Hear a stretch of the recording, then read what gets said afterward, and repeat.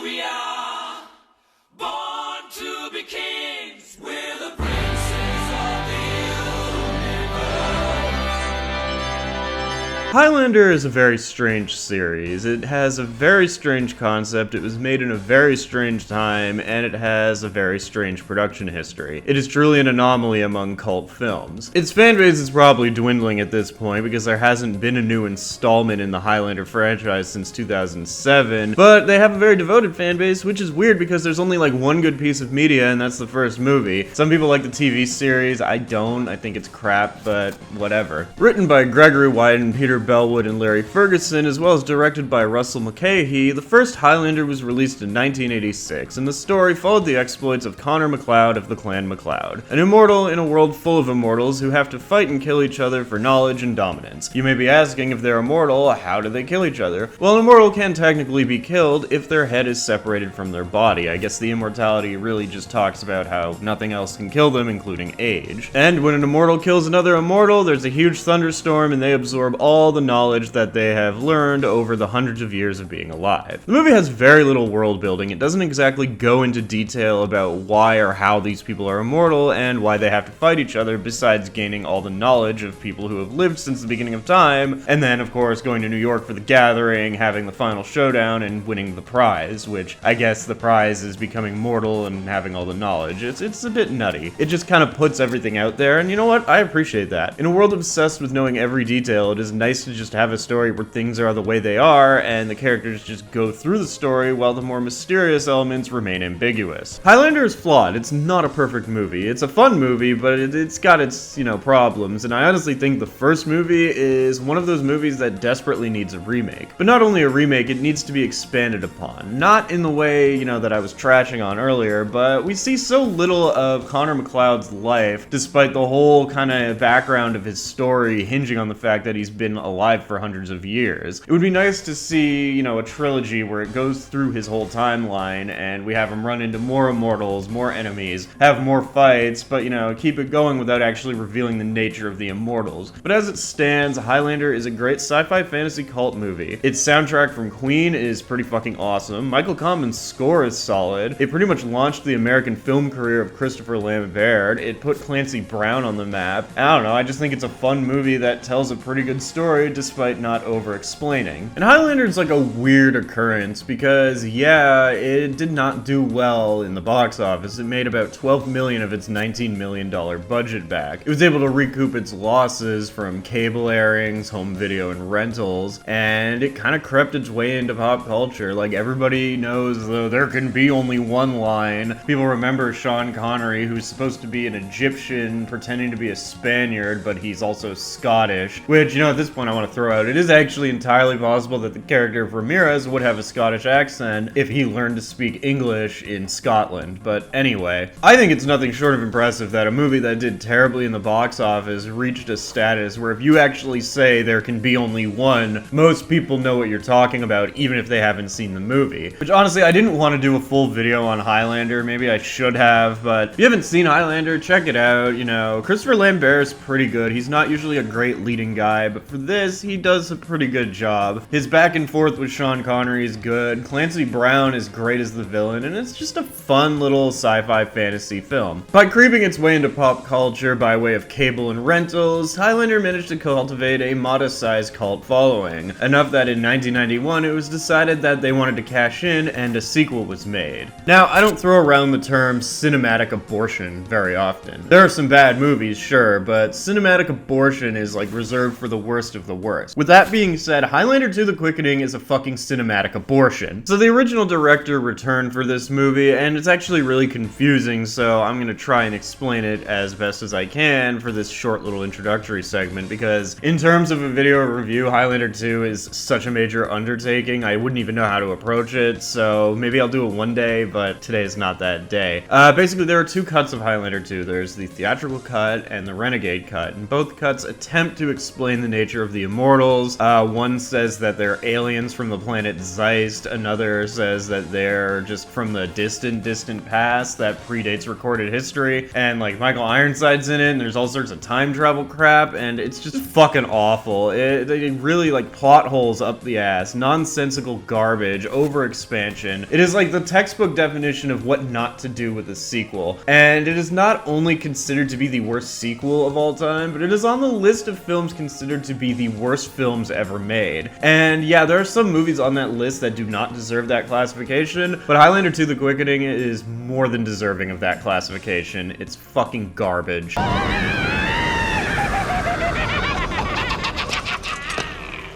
Who are they? I don't know.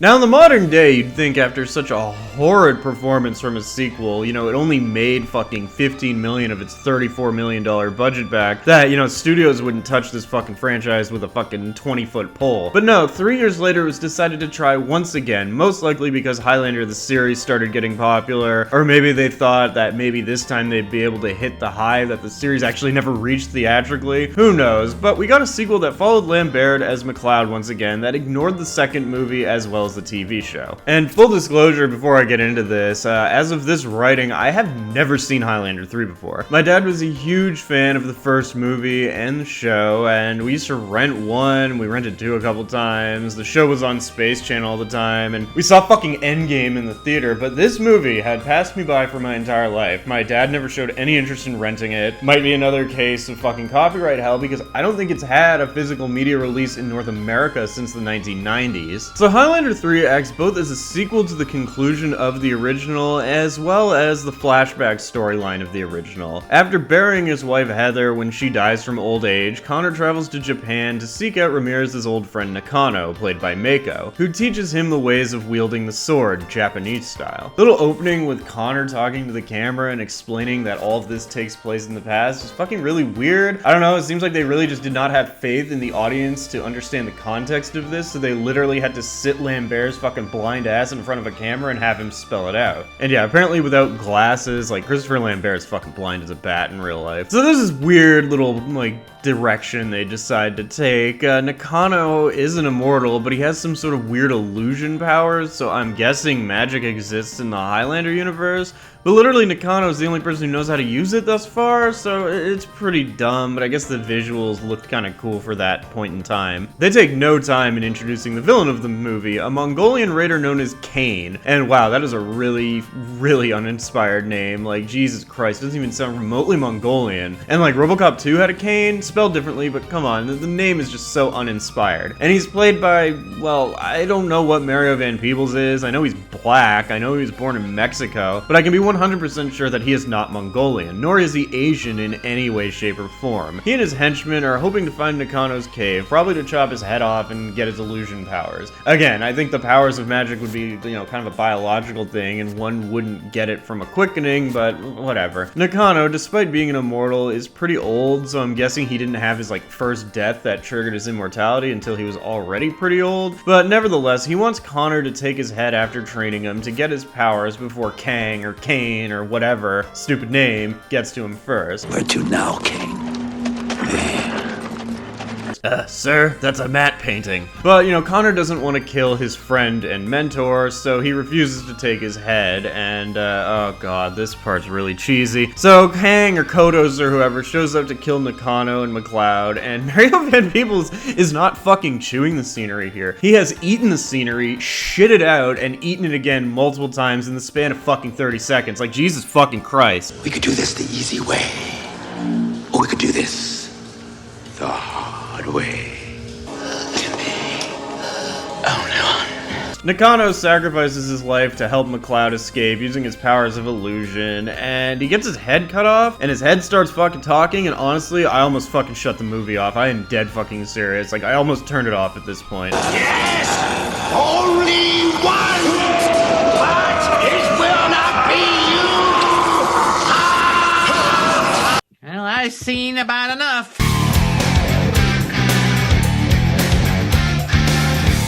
So now that the prequel bit is done, at least for now, which, why didn't they just make a prequel? We already know McLeod's probably not going to die in the sequel, but if they wanted to go to the sequel route, having McLeod's story from the past and his encounters with other immortals before the events of the first movie might have actually been an interesting movie. Like, they found a decent workaround for the first movie, which I'm going to get to in a bit, but what makes this even mildly interesting plot fall flat is that Kazam is basically just the Kurgan, but Mongolian, or black. Like, savage behavior, check. Raspy voice, check. He's literally just a fucking slightly modified version of the Kurgan from the first movie. Like, you could just have done 100 things to make this character stand out from the Kurgan. May not have been better, but it could have been its own, but you decided to literally just retread the first movie, and this is going to be a recurring issue with Highlander 3. So Kong is trapped in the cave, only to come out hundreds of years later when an archaeological company digs his sorry ass out. And so yeah, this is where it's going. The gathering in the first movie meant absolutely nothing. Connor did not win the prize because there were still 3 immortals left that he just didn't quite remember, I guess. He didn't think to go back to Japan and check. He was out playing fucking Lawrence of Arabia with his young boy companion or something. Although, I gotta say, while Kano here is not but a lame wannabe Kurgan, I think Mario Van Peebles is fucking hamming it up so much that I'm starting to ironically enjoy his time on screen. Like, when they get out of the fucking cave hundreds of years later because of the whole digging operation, the first thing Kane does is send one of his henchmen to find McLeod, and he just kills one of them to get his quickening, and it's just like,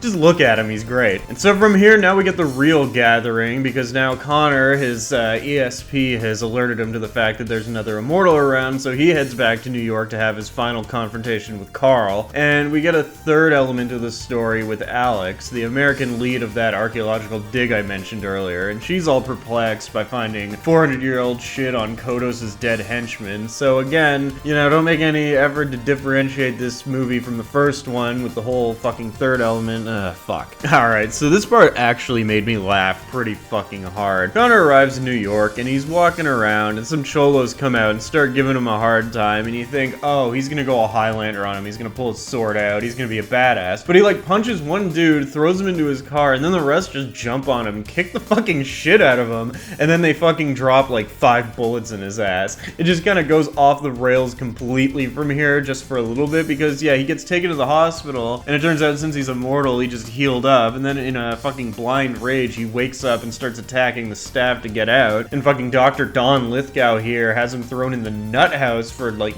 no fucking reason whatsoever, just because the guy woke up and freaked out a little bit. And the plot starts coming together for Alex, who finds Scottish weaved clothing in the Japanese cave and starts to connect it to McLeod before we go back to McLeod with a humorous scene in the nut house. McLeod meets someone who believes that they are Napoleon, and, you know, he was around during the Napoleonic days, so he manages to convince the guy that he has to assassinate Wellington in order to trick the guy into helping him escape before Tony Khan's henchman comes after him. Which, okay, how did he get from Japan to New York, the henchman? Like, did he just, like, walk on a plane with a fucking set of era-appropriate armor and a sword? I mean, I know flying was a lot different pre-9/11, but this seems a little bit fucking ridiculous, even in a movie where Mario Van Peebles portrays a Mongolian conqueror. So Connor and the henchman get into a little bit of a scuffle, and the big question here is if Connor learned this great technical sword technique, how come he didn't use it against the Kurgan the time he didn't have a sword? Like, it seems like it's flawless. He can just nab someone's sword and pop their head, but I guess he forgot to remember it when the I don't know. Also, this fucking product placement with the Mountain Dew getting electrocuted is funny on so many levels, because even in the 90s, even in a movie that was just destined to not do very well, they could still get a product placement deal. Okay, so now it's starting to bother me. They're adding more elements to the story, because now they have a cop who remembers the headhunter murders from the first movie, but you really couldn't spring to just get John Polito from the first movie back, or like any of the cops from the first movie back. We're just to assume that this guy that we just fucking met, like, knows the case, he was on the case, and now he's interested. Yeah, I'm not gonna talk about the cop subplot, because it's fucking irrelevant, pretty much. Alright, so in addition to magic existing, we actually find out that fucking reincarnation also exists when it turns out that Alex is the spitting image of a woman from McLeod's past. Look, I'm trying to be objective here, and while this is leagues better than 2, it is just fucking piling way too much shit on here. All we got from the first movie was that these people are immortal in an otherwise normal world. They do some weird thing with McLeod sensing the deer, and it's implied that immortals do have some form of extrasensory perception where they can detect each other when they're close, but it's never really elaborated upon. But magic and reincarnation, it's like, guys, I think you missed a step step or three. On the plus side, since we already know who Connor McLeod is, we actually get to spend a little bit more time with Kane, who is starting to win me over because there's a scene where he uses his power to fuck with some street toughs during a game of 3-card Monty, which I just want to say I kind of love those whole fish out of the water moments where the fish out of water is still a bad motherfucker, and you know, he rips them off and they don't do anything. And then, you know, he's looking around, he's taking in like what has happened in hundreds of years of progress, and he sees a sex shop and a pimp goes up to him and he gets to fuck some chick. He goes into like the hotel with her and she gives him a condom and he looks at it and he fucking like chews it. He thinks he's supposed to eat it and then he's like, what the fuck? It spits it out. That's a good moment, but then it kind of becomes less funny when he just like kind of rapes the prostitute, and it's like, yeah, you know, it's reprehensible behavior, but I kind of expect that from a Mongolian warlord. At this point in time, I'd like to talk about how this movie takes place in New York, but it was shot in Montreal, and that's fine. The two are relatively similar from an architectural standpoint, but it's really given away during the scene with the prostitute. Now, she's supposed to be Asian with like, you know, not, English isn't her first language, but like she's doing it, she's trying to do like the typical Full Metal Jacket, like, oh, me so horny thing, but like she has a Quebecois accent and you can really tell, and it's just kind of funny how it's like the broken English mixing with the Quebecois accent. I just noticed it. I guess most people from fucking like the States or not Canada probably wouldn't notice it so well, but like it really stuck out to me. But I'm telling you, it's no grass, no love. More cop shit, don't care. You couldn't get John Polito back. He's probably not expensive, you know, you just don't care about continuity. And I mentioned, yeah, they retraced the villain a little bit where, you know, Kane is similar to Kurgan. He even says this fucking line that's like just a blatant callback. Has no name. I know his name. I know what it means.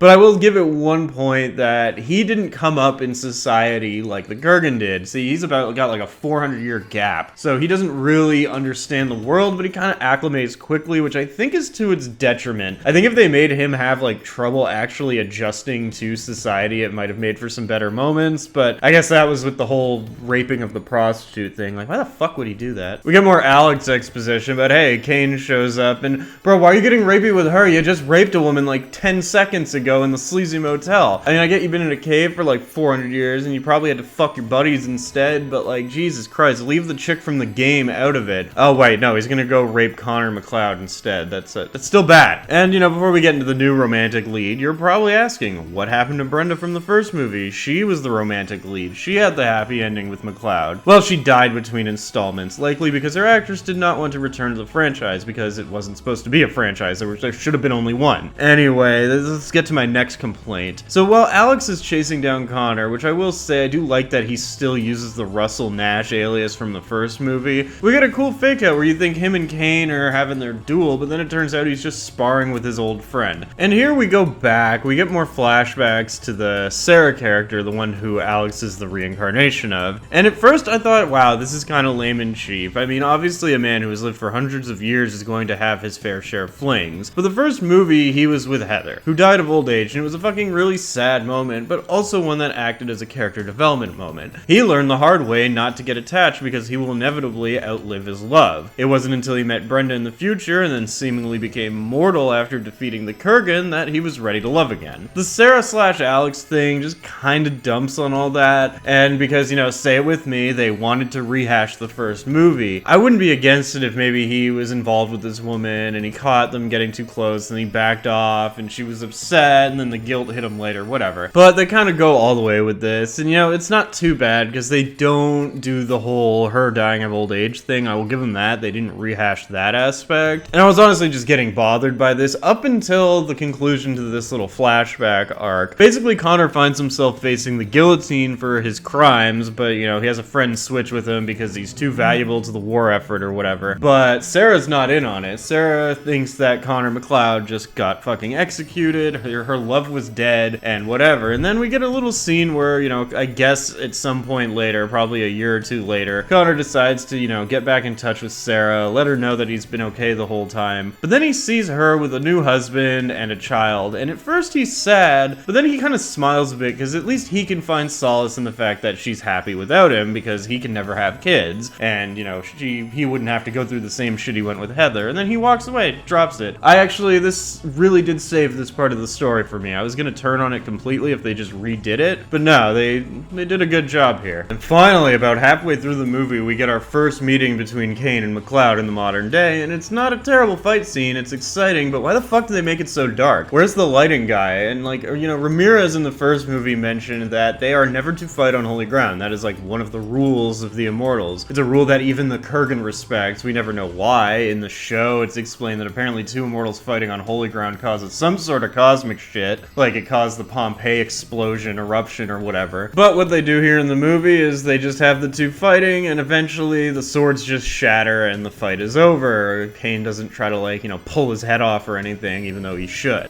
Don't worry about the girl. She's not really my type. Little too pale. Then again, this being the 90s, I could make an exception, huh?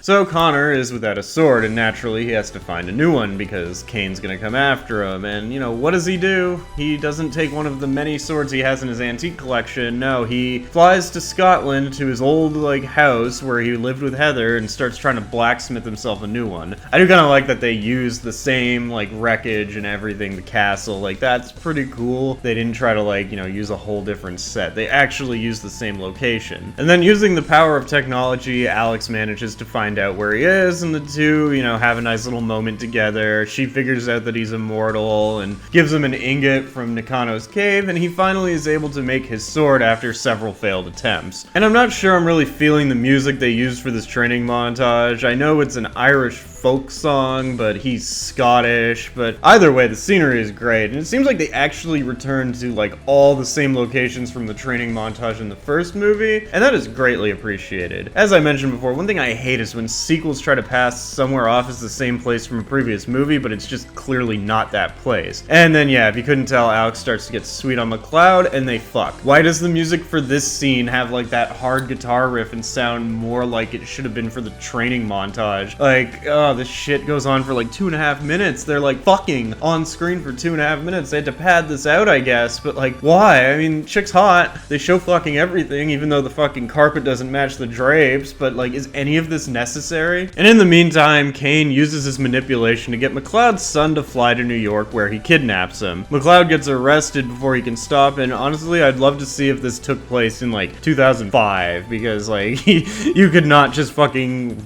run through an airport erratically like that without at least getting shot 76 times. And once more, we gotta rehash something from the first movie. Remember when Kurgan is driving around, running people over with Brenda in the car while that fucking rockin' version of New York, New York by Queen is playing? Yeah, well, we get that, but with Kane, and if it wasn't for Mario Van Peebles, I would shit all over this scene, but fuck it. I'm not gonna get into the logic behind how a guy who's been in a cave for 400 years, has no grasp on modern technology, and has only really presumably been out for like, what, a week or two, would know what the middle finger is, or how a car works on a level where he can stunt drive. But it's not important, because like the whole thing with them intercutting between McCloud being interrogated and the fucking chaos on the road is just like, I love it. It's like unintentionally hilarious, and you know what? Kane's a fucking laugh riot. I fucking love this character now. I take back the Kurgan wannabe accusations. Okay, no I don't, but he's still fucking great.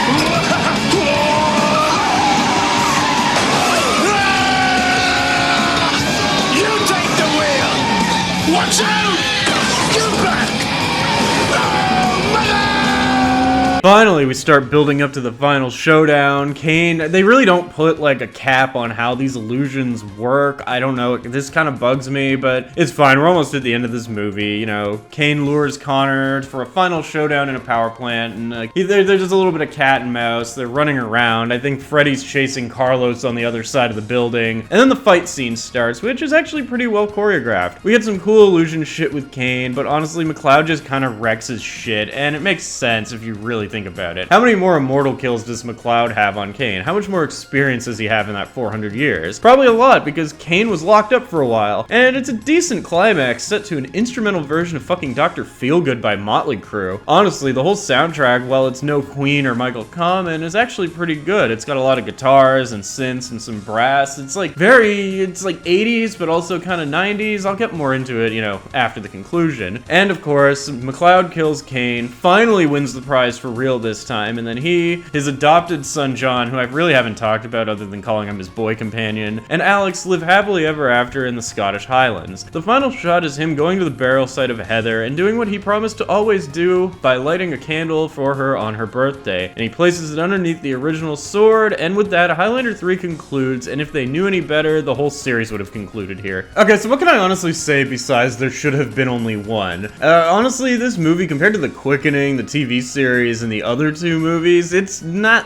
that bad. It's certainly not fucking deserving of a 5% on Rotten Tomatoes. Like, it's not great, it's not even good, but it has its moments. It's a very well-made movie. If there was going to be a follow-up to Highlander, because literally none of them should have existed, this should have been it. I'm sure if fucking 2 never came out and this came out instead, it would have destroyed the fucking series in the way that it did. Just, you know, maybe tone it down with the fucking magic shit and the reincarnation. It's a pretty dumb movie, but it's like a kind of fun dumb. It's like a benign stupid. I don't feel offended watching it. It has some high highs, most of which are Mario Van Peebles just devouring the scenery. Like, seriously, a few times I was close to turning this movie off, and his scenes kept me watching. I liked seeing more of Connor's past. Like I said, maybe the movie should have just been a prequel showing him fucking dealing with some other threat in the past, because we know he's not gonna die, but whatever. Like, the action's exciting, it had humor, the film is pretty well made considering, some nice camera shots, special effects, and the like. The soundtrack, though, as mentioned, is pretty fucking awesome, which brings us to a fun fact. Director Andrew Morahan, who mostly did music videos before and continued to do music videos after, had hoped to get Guns N' Roses to do the soundtrack for this movie, much like how Queen did the soundtrack for the first movie, but this never ended up happening. My only major complaint about the soundtrack is that they didn't reprise the original Michael Kamen theme, which I fucking love. It would have gone well in that training montage, because again, why the fuck they use an Irish folk song for a fucking scene depicting a Scotsman in Scotland? But anyway. The score was actually composed by J. Peter Robinson, who has a pretty solid resume. Return of the Living Dead 2, his soundtrack's like the only good part of that movie. Wayne's World, the Blob remake, just to name a few things, he's pretty good. I think the problem with Highlander 3 is that it had to follow up Highlander 2, which I think if you weren't done with the series after Highlander 2, you should have been put in the nut house with that Napoleon guy. But Highlander 3 suffers from the fact that there was clearly a lot of studio notes involved with its production. When it's not blatantly redoing shit from the first movie, it's still following the same beats as the first movie, and that really doesn't help it become a unique experience. You know, the studios were like, oh, we need a love interest, and we need you to do that thing from the first movie that people liked, but do it again, and not as good. And then throw a kid in there, because like every fucking late 80s, early 90s action movie had to have like a plucky child companion, but he's hardly even in the movie. He just kind of disappears and becomes a plot device later. I don't know. Highlander 3 is fucking pretty bad, although not nearly as bad as the other Highlander sequels. If you're a fan of the first movie, you probably won't like Highlander 3, but you might be able to enjoy it. They actually did try this time a little bit, and despite making it ridiculous with the magic and all that shit, it is not nearly as ridiculous as Highlander 2, and is therefore a much more respectable cash-in that to some degree actually makes sense. I hope one day we get a Highlander remake like I mentioned before, a trilogy, expansion, just leave the magic out of it. And with that, I'm done talking about Highlander 3, the Final Dimension, or the Sorcerer. It has like a lot of different subtitles, I don't even know what to call it, so I just call it Highlander 3, The Apology, because it kinda makes up for Highlander 2. So let me know your thoughts on the first movie, the franchise, this movie, just the Highlander series as a whole. You know, I know some people like it, some people are indifferent, some people just don't care, which is the same as indifferent. But nevertheless, 2023 is going to be a new year for Generation Y Entertainment. I have a lot of stuff planned. I actually did want to do this video. I wanted that out before Christmas, but I was so burned out from Halloween that I took the month of November off, but I'm kind of getting back on track now. There's going to be more Simpsons and Me, more Tales from the Crypt reviews, more individual movie and TV reviews. Child of the Jackass generation is going to be coming back this summer. 2023 is going to be a great year for this channel, and you don't want to miss it, so hit that subscribe button, or don't. I really don't give a shit. I'm kind of reserved to the fact that I'm just going to be niche forever. Later.